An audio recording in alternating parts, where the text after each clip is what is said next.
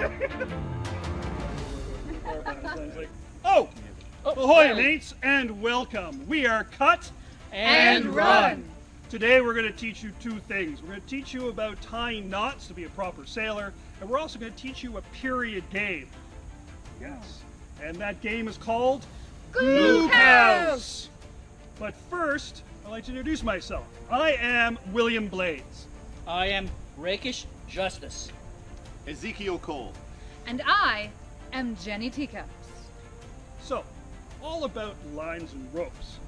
There was a term back in the day of the golden age of piracy, the age of tall sail. It was called know your ropes. A young sailor would join the crew, never had no skills. He would be assigned a senior sailor. Senior sailor would then teach them all about the sails, the rigging, and how to tie the basic knots that he had to know, which could actually make him survive. So very important. So that was called knowing your ropes. And today we're going to teach you how to know your ropes. And we're going to go over several of those lines. But first off, what I'm going to do is we're actually going to talk to you about what the actual parts of a rope is. There's more parts to a rope? There's more parts to a rope. So if you want to be that salty pirate and actually be able to talk about and be a proper pirate, a sailor, a mariner, we're going to teach you what it's all about these ropes.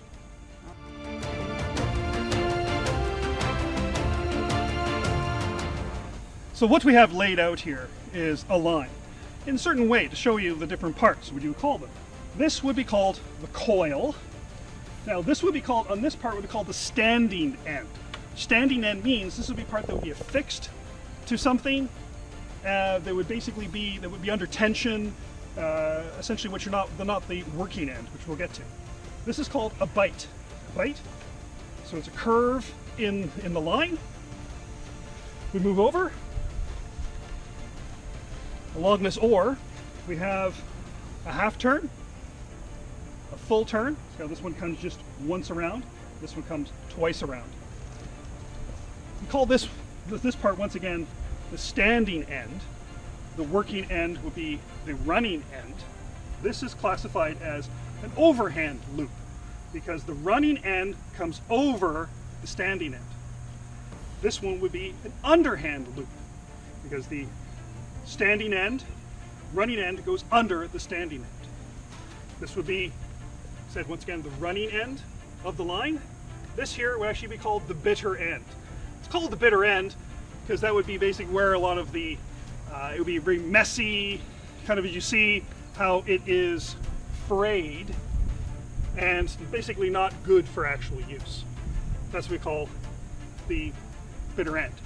So this along here is how a line, the different parts of the line. Learn them to know your ropes.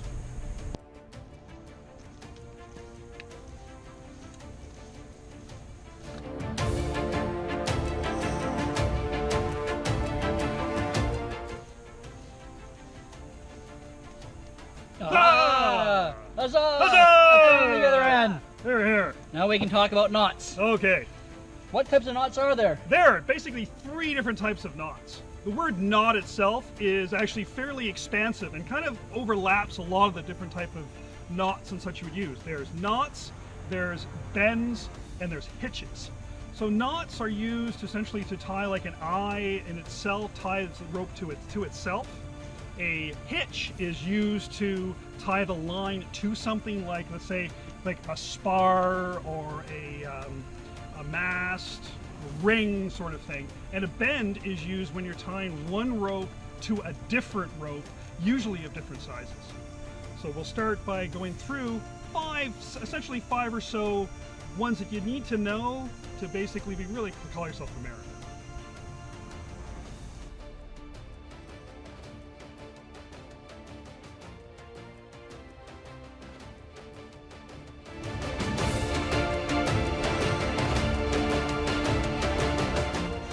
The first knot we're going to talk about is a very common one that you may have all heard about, and it's called the reef knot or the square knot. And it's very handy, and it holds well under pressure, and of course, being a good knot, it's easy to undo. So I'm going to do it a couple different times so you can see how it's done. So basically the formula is you take the two ends that you have, the working ends, left over right and under, and then do the opposite, right over left and under. Take both bitter ends, running end, and pull, and there you have your reef knot.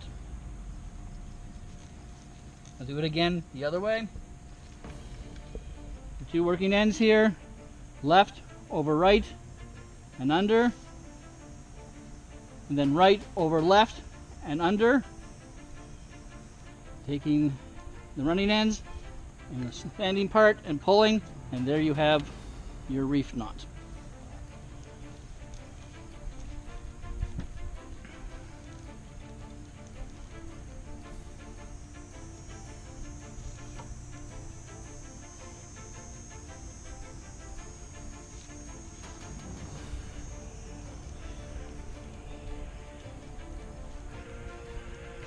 Okay. Next one.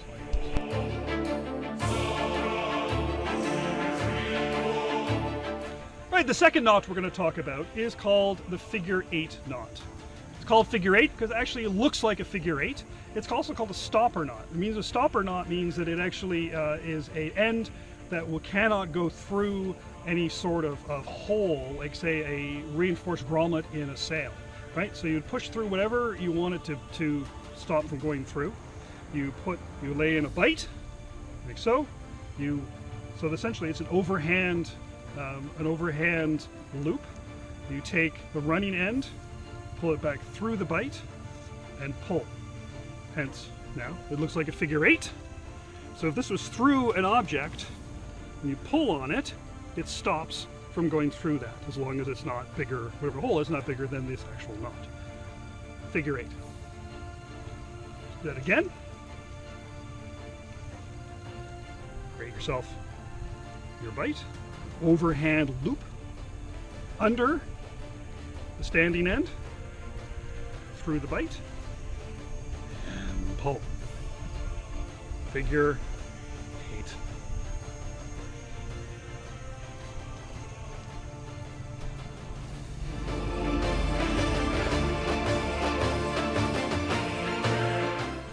Right, the next one, very common knot, is called a bowline. It's used to make a loop in a line, whether to put around yourself or to attach to an object. Right? So you take standing end, you make an overhand loop, running end goes through the loop, around the standing end, back through, hold on to both, and pull. Bowline. So there's the loop.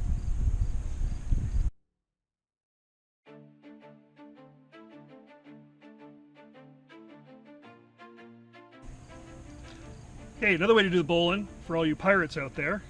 Okay, you make your overhand loop. The pirate comes out through the hatch, around the mast, back through the hatch, and down. Another way to do the bowline.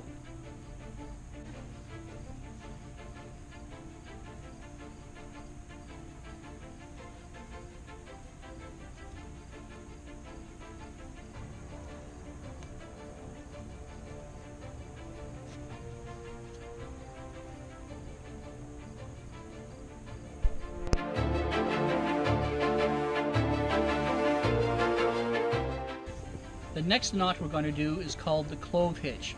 It's a wonderful little temporary knot that will hold well and work as long as there's tension on the standing part. In order to do this, you put it on something like a pole or a mast or a branch that's going to hold and always have something rope under tension. To start with, you put the line as a loop, over part, back under, and taking the working end back underneath, cinch it up, and then it holds well. And as soon as the tension goes, it slackens right off. I'll do this again. Take the working end, one turn, over the standing part, bring the working end back up, underneath, feed it through, tension it up. And as long as there's tension on the standing part, it holds.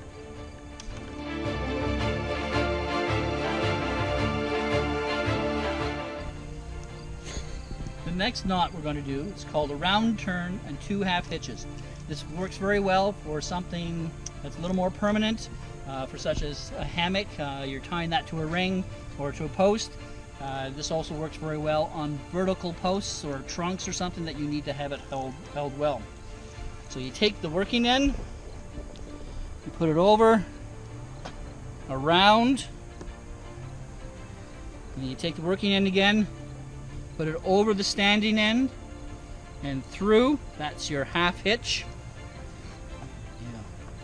Cinch it up. You do it one more time, over, under, and through the bite that's formed. Another half hitch, and that holds well. And even when it's relaxed, it's still going to hold. So when it gets tension again, it works. So we'll do it one more time.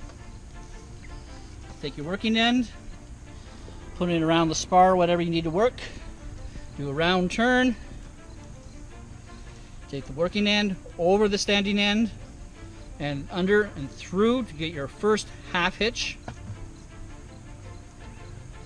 Do it one more time. Over, under, and through the bite that's formed. So they're side by side. Cinch it up, and there we go.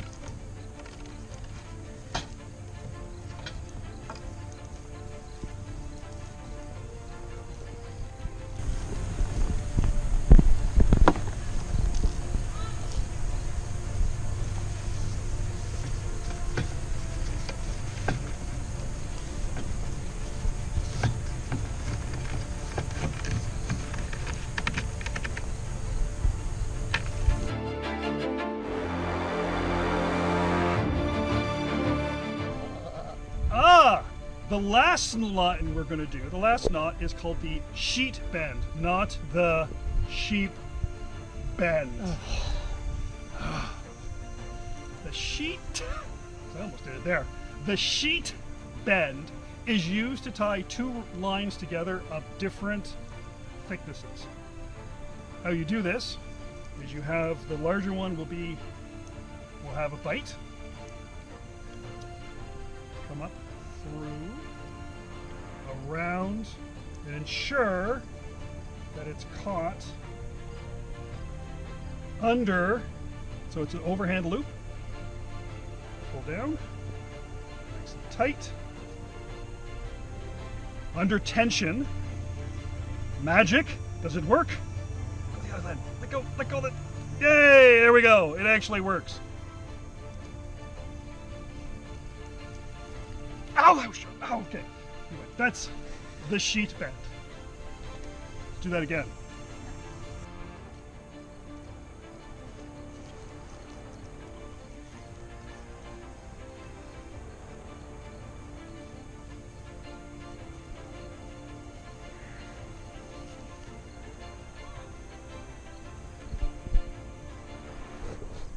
So there you go, mates. Hope you learned something today, learned your ropes for today. Did we all learn something today, everyone? Oh, I did. What's that, Jenny? Well, I always thought that the rope was called snaky bit, and more snaky bit. I also learned something else today. All those years ago when my ex-boyfriend called me his bitter end, it wasn't being complimentary. Oh. Here. Put your hands together. Fold it, palms together. Drop the rope. There you go, sir. Take it off. Thank you very much, everybody. Now to Glückhaus. Yay! Ah!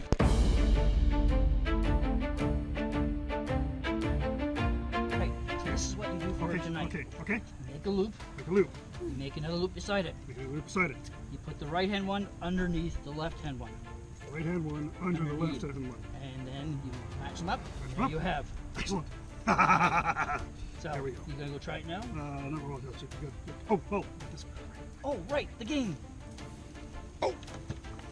Glückhaus. Glückhaus! Glückhaus is a game that was played in the 16th century by German mercenaries called Landsknechts. Landsknecht. Or something like that. Something that sounds similar Yeah. to that? Yes. Okay. Glückhaus means the house of fortune. And it's a dice game that involves rolling Rolling. and placing money on numbers. Placing money on numbers. I will point out There is absolutely no skill involved in this game. So it's It perfect is for us. entirely I'll random drink to chance. That. Drink the- Drink. Now, you can use playing cards as markers, or many people have boards, or you can even use pieces of paper. I, on the other hand, have made coasters that can be used as our numbers.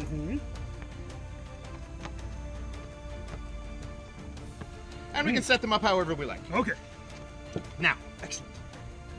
2 dice will give you numbers between 2 and 12. Yes. But there are some special ones. What are 2, those? 12, 4, and 7 Okay. are all special numbers. Now, I'll get to those in a moment. What you do is you roll the dice. If you get a number that is not a 2, a 12, a 4, or a 7, say I were to roll a 5. Fine. I would look at the 5 number, and I would see if there was a coin on it. Mhm. If there is a coin on it, I take that coin. Oh. If there is no coin on it, I put a coin down. Oh. And then I pass the dice. Now, the special rules are, if you roll a 7, 7. you always put a coin on the treasure. In the regular game, it's called the wedding. We call it the treasure. Aye.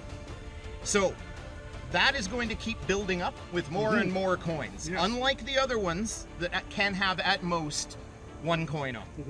Now, if you roll a 2, that's the pig, or as we call him, Merlin the Happy Pig. That gives you any coins that are out here except for the ones on 7. Okay. If you roll a 12, which is normally the king, but we call the captain, Captain. you get all the coins that are faced on the board, including the ones in the Outstanding. treasure. That's Yeah, I'll sir. drink to that.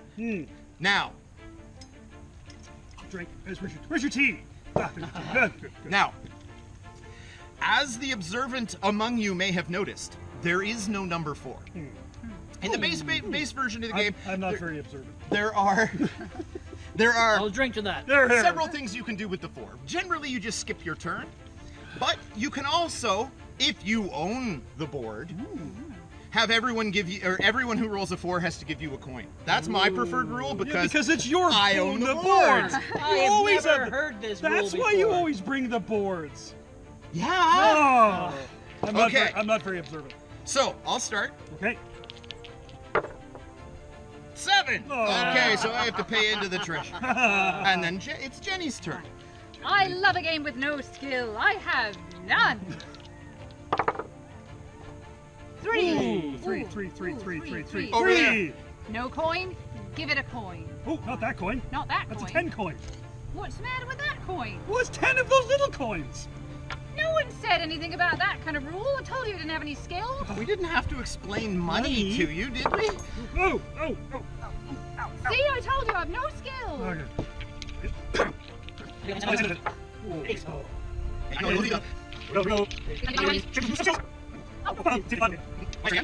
Oh! So, Merlin the Happy Pig! Yes. Now that lets him pick up all the coins except Except- the ones on the 7. In 3. so you could obviously be sitting here, just at the pub at that night, talking about other things and adventures and things you've done, and you just every someone will hand you a roll, you will roll.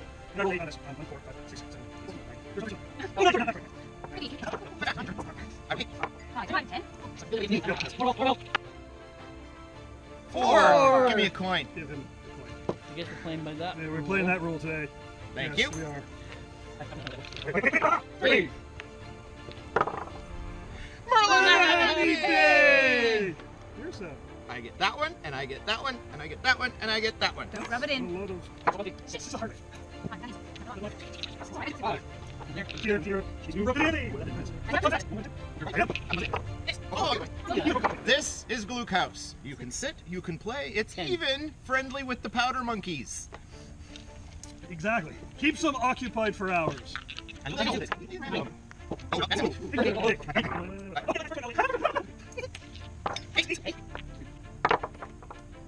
Merlin the Happy Happy Pig! Pig! Keeps happening. Wait, hang on.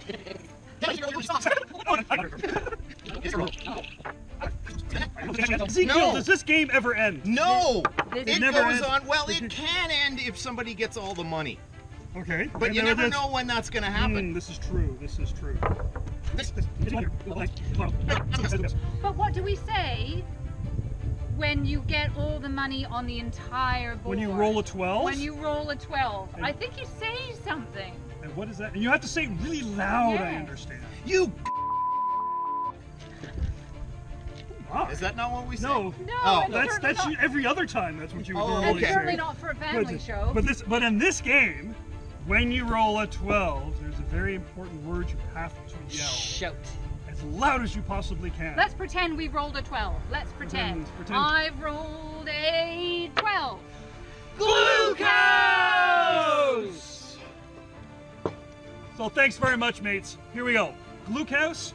You can play this all you want at any festival. Bring in friends. No skill required. But you end up. The real riches are the friendships you make along the way. And practice your knots when it's not your turn. Coaster's soon available on Etsy. Thanks very much. Cheers. Cheers From Cut and Run, to you. be safe, be well.